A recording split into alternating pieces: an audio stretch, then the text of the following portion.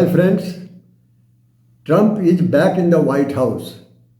It has several implications on India and the world. So, what are the implications on India?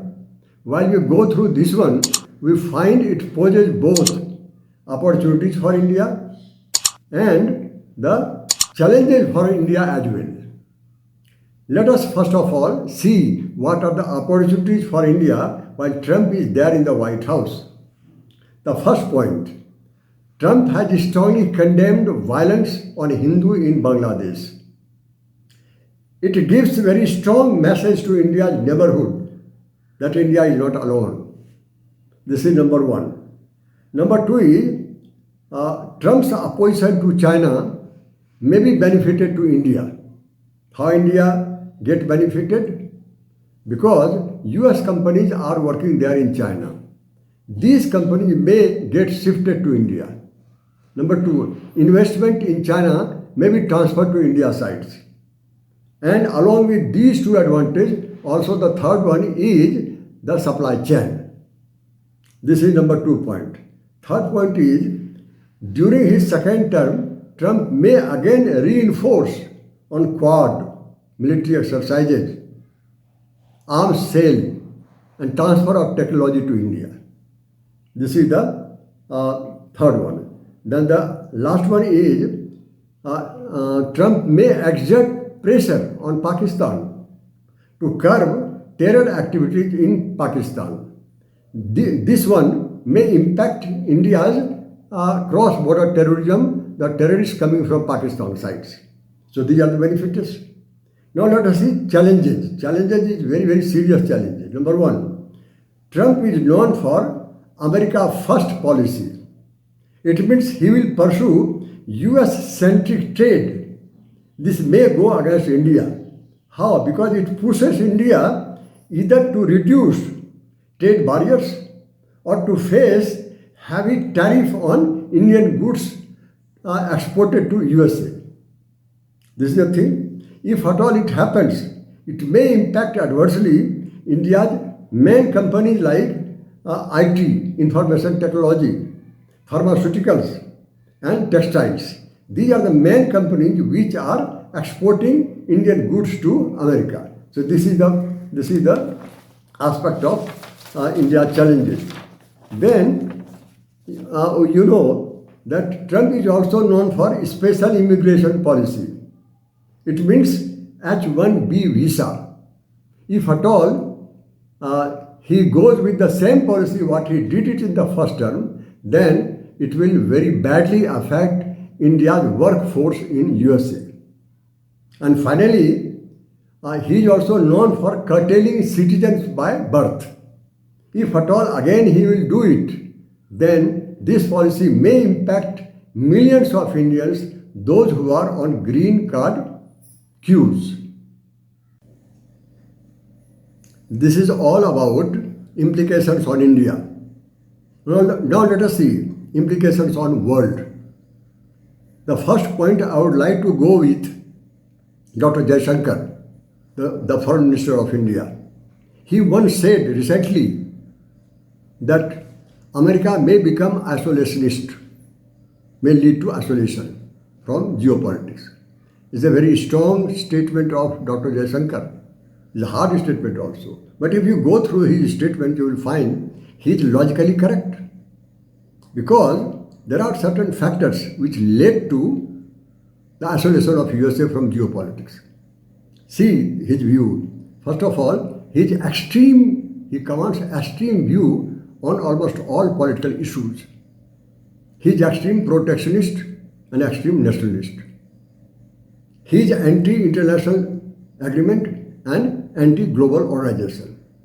His well-known stand during his first term against Paris Climate Accord. He is also known for ending Iran nuclear deal. And he also stated once that Jerusalem would be the capital of Israel. All these are extreme views. If he continues with this kind of policies what he had during his first term, he will prove, Dr. Jaishankar, and his predictions as correct one. This is what I said. Number two is war in Ukraine. He said war in Ukraine would be stopped forthwith. How can he stop? He may try to stop financial aid and military support to Ukraine. But this is not very easy for him. He has to encounter Senate. Senate is equally powerful on foreign policies. Then he is pro-Russia. He is friendly to Putin. While he stands with Russia, he will also have to stand with China, North Korea, and Iran. These are anti-USA. And then suppose Russia stands with these countries. What would the impression of the world? What the Europe will think over? Okay, now the third point is war in Middle East. As regards Middle East war is concerned, you all are aware that he is extreme pro-Israel, also extreme anti-Iran. If he continues with this kind of policy again during his second term, it may lead to escalation of war, not only within Middle East, maybe worldwide, world war. Then fourth point is anti-China. He is anti-China. And he had launched trade war against China. That his trade war against China proved to be counterproductive and also fizzled out. Why? It is because the trade war with China should have reduced trade with China, but instead it was sharply increased. That America and China bilateral trade is around $750 billion per year, out of which more than $500 goods, Chinese goods are coming to USA. Only lesser than 200 billions American goods are going to China. Who is benefited? More exporters or more importers? That's the problem. The more he tries to put pressure on China, more China stick with anti-US forums like BRICS and SCO. So the pressure also has no meaning now. Then fifth one is NATO. You might have heard once that he said, let Russia to attack Europe. USA will not go to save them. Why did he say? In fact, he wanted to put pressure on NATO partners of Europe to make more payment for expenditure of NATO. He had strongly said European partners to at least all of you must have 2% budget, defense budget. 2% defense budget is too much for the European countries. However, it is murmuring somewhere or inside. The next one is the NATO, implications on NATO, that I said about 2% and everything. So this is the end of implications on world. Now let us see analysis.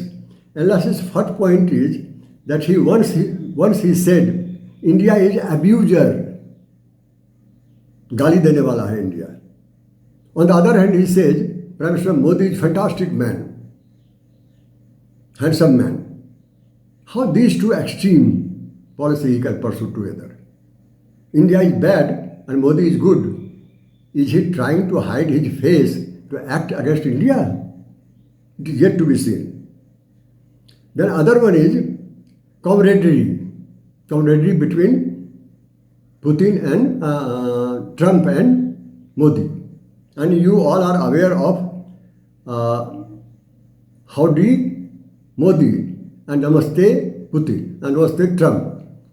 These all are meaningless emotional issues. It has no practice rather. It has no value in practice.